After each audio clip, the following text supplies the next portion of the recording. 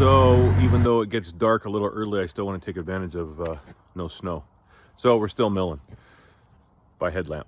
Anyway, another old cedar dock pole here.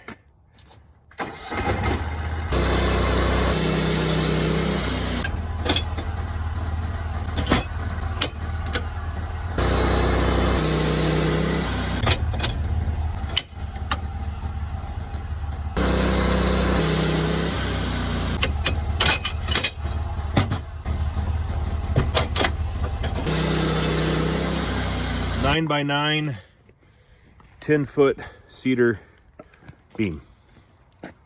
Man, that cedar smells so good. So I think we're gonna enjoy our cup of coffee and go sit by the fire for a bit before we head in. Hope you guys enjoyed. Catch you on the next one.